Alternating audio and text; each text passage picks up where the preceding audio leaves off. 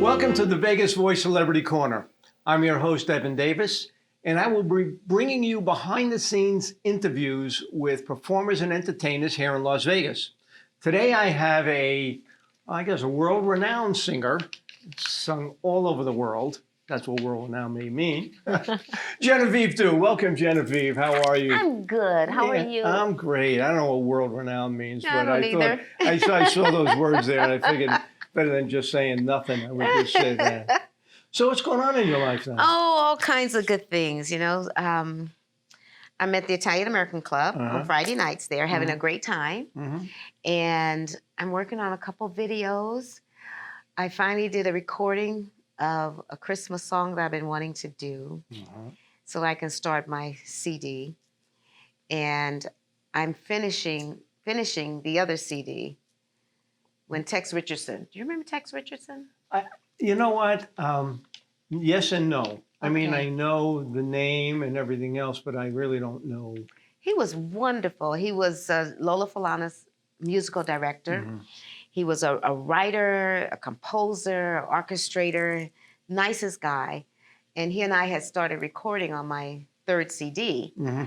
And we didn't get a chance to finish it. So we did 8 songs because he had pancreatic cancer. But I'm getting ready to put out those 8 songs. Oh, good for you.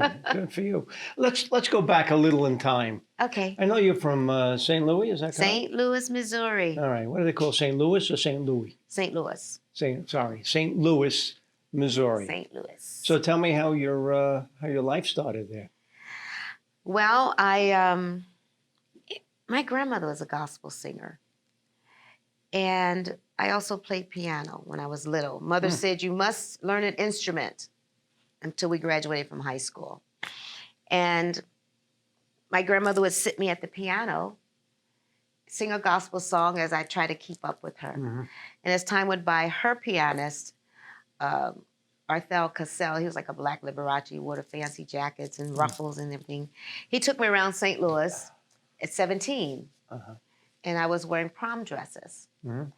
And I learned, he taught me to sing in 7 different languages. Wow. And another friend of mine that I met playing tennis, he was also 17, great baritone.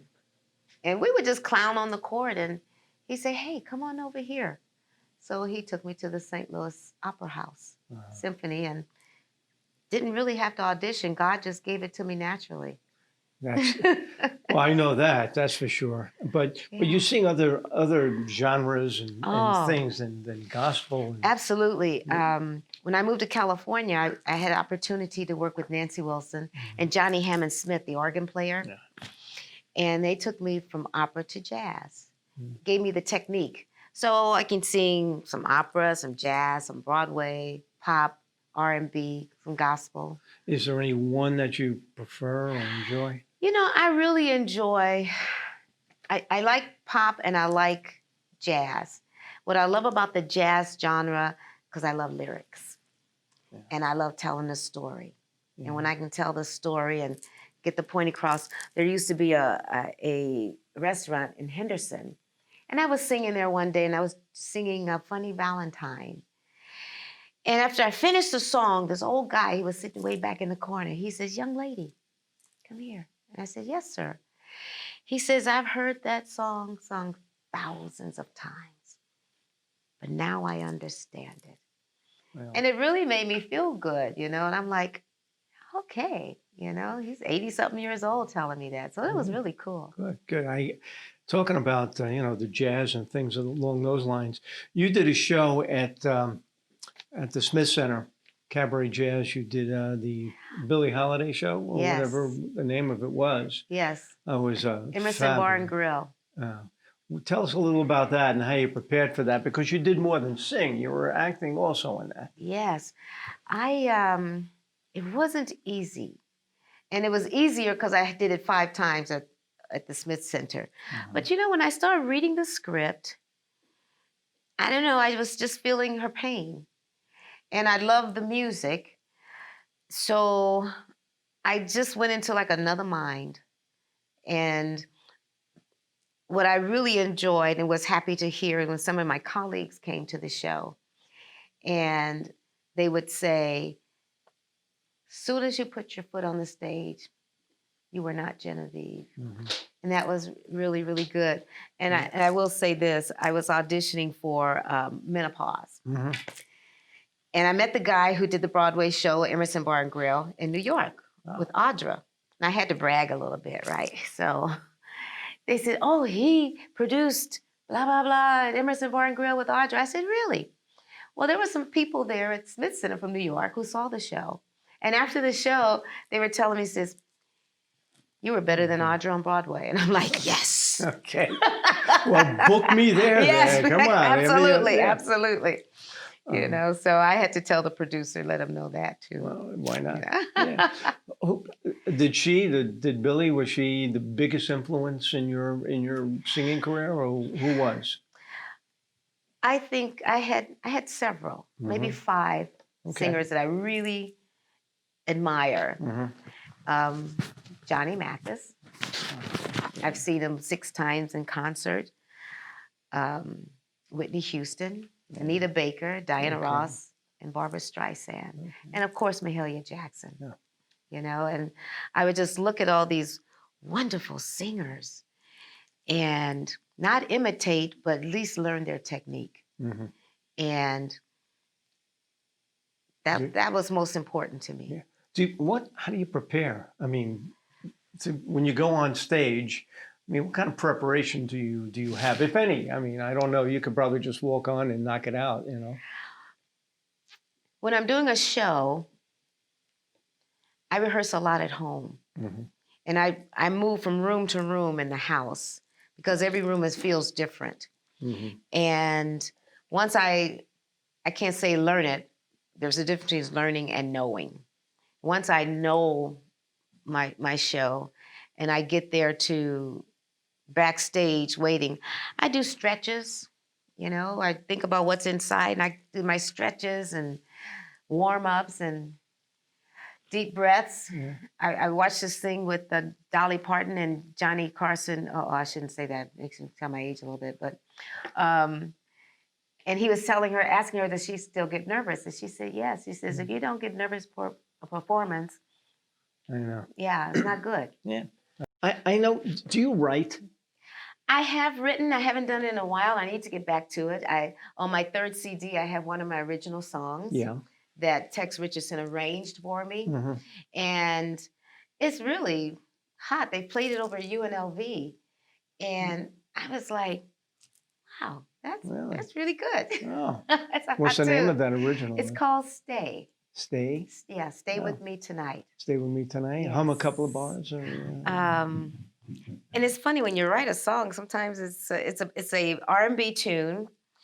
And why don't you stay, stay, stay, stay with me tonight. And you've got a Christmas album coming out? Yes, I'm going to work for it. Jerry Lopez had arranged a beautiful Christmas song, a very standard tune. And I had always said, when I record this and put it on my CD, arranged by Jerry Lopez. Yeah. And it's a beautiful song. And when I sing, I've sung it, during the holidays. And people are like, I've never heard it that way. Yeah. I said, it's because I had one of the best in town arranging it for me. Yes, you certainly did. And so people don't know this, but you love the rodeo. I do. I do. I love the rodeo. I also go to the small ones sometimes they have out here, and also the big rodeo show.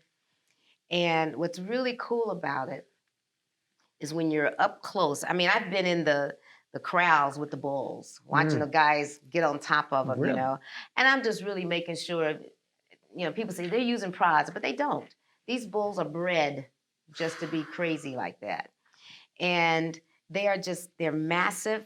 The leather on them is thick as I don't know what. And it just amazes me when I watch these cowboys ride these bulls and horses. And, I know I don't get on any of them. I just like being there. Plus, I like those cowboys in those blue jeans. God, Jesus. Those leather chaps. Oh, and, yes, I have a yeah. pair of those now. Oh, yeah, I think the But, yeah. Chippendales has a pair of those too. I've seen that.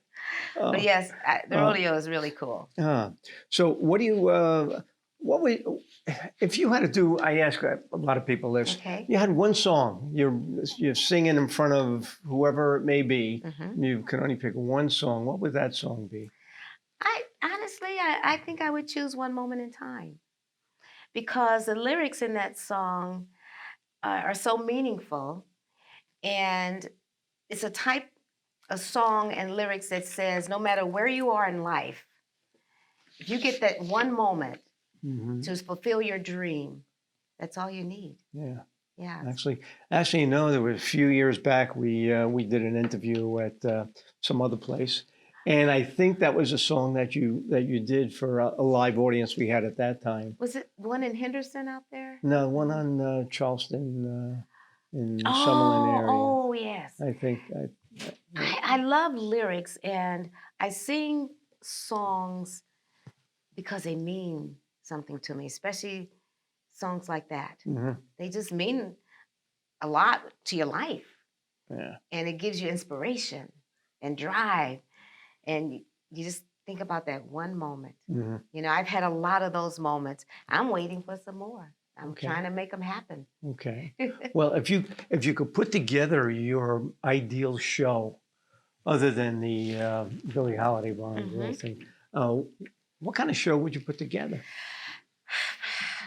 I would put together a show that entails some of the artists that I admire with meaningful music. Mm-hmm. A big production. I'm kind of working on that now, as Really? a matter of fact, yes. Songs that, again, they have meaning. They never get old, but they will touch the hearts of the people out there. Yeah. Yeah. Okay. So is there anyone special in town you like working with? Well, my friend Mark Giovia, I was working with him quite a bit. Then he got busy or started doing something else. But I enjoy working with Mark. He and I work together very well. Mm-hmm. I would like to work with Sonny Charles. Okay. God, Sonny Charles's voice is just so strong, so wonderful. Well, you know. Well, maybe when we get back to some kind of normalcy, Yes. I'll put together a show with you and Sonny for the Vegas Voice. We'll and we'll I've do mentioned something. that to him. I said, Sonny, God, I'd love to do a show with you. Mention it to me. And Evan, I'd love to do a show with Sonny Charles. The two of you, I think, would be great. Yeah, he's really amazing. And every time I listen to him, I'm like, that's one man I'd really love to do a show with. Yeah. Yeah. But only a three-piece, Okay. a three-piece orchestra instead of a. Unless we get some 32 volunteers, right? A volunteer. No. No volunteers. Nowadays we're going to pay everyone whatever we Absolutely. can. We always do. But Absolutely. yeah. Yes. Well, Genevieve, I want to thank you for being on the show again. My pleasure. It's been enjoyable. I always love hearing you and listening to you, and whatever stories you may have, we'll have you back Thank again. you, Evan. Thank All right. you. And this is Evan Davis from the Vegas Voice Celebrity Corner saying, see you next week.